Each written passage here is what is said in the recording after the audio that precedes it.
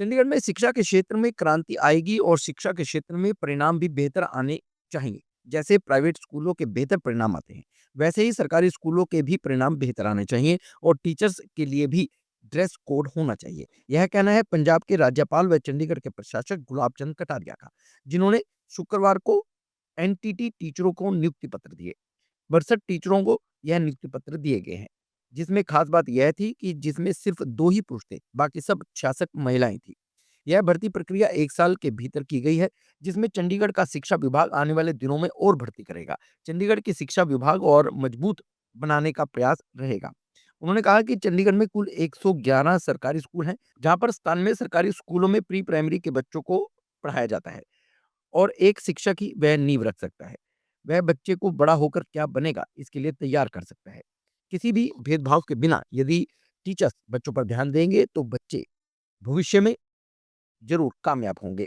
उन्होंने कहा कि टीचरों का भी ड्रेस कोड हो, बच्चों के साथ-साथ अगर टीचर भी ड्रेस कोड में होंगे, तो अनुशासन बना रहेगा। शांति के साथ उन्होंने टीचरों से भी गुहार लगाई कि बच्चों के भविष्य को परिवर्तन करने की अहम भूमिका उनके कंधों पर है। यदि टीचर्स का भी ड्रेस कोड होगा, तो बच्चे भी ड्रेस पहनने में आनाकानी नहीं करेंगे।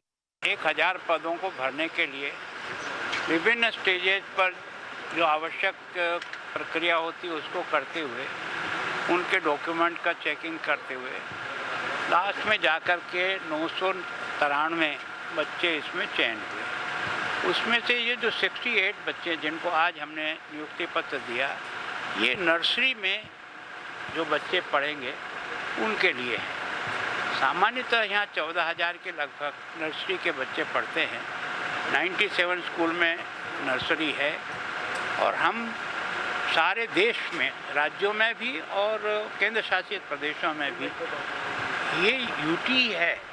इतने प्री प्राइमरी स्कूल का जो कंसेप्ट 2020 की शिक्षा नीति में है, उसको 100% लागू कर दिया और हमारा जो पहला स्थान बना है प्रधानमंत्री जी की सूची में, वो इसी कारण से बना है। आज हमने 68 लोगों को जो उसमें चयन हुए थे उनको नियुक्ति पत्र दिया है, ताकि नियुक्ति पत्र के लिए भी कई बार भटकना पड़ता है, कई बार बार आग्रह करना पड़ता है, तब वो नियुक्ति पत्र उसके हाथ तक पहुंचता है। आज हमने प्रयत्न किया कि सारा काम प्रोसेस पूरा कर लो, एक साथ सबको नियुक्ति पत्र दे दो। तो अभी हमने केवल 68 दिए हैं, बाकी को भी वेरिफिकेशन करके हम कोशिश करेंगे 1 दिन में या 2 दिन में सारे ही बच्चों को नियुक्ति पत्र एक साथ दे दें।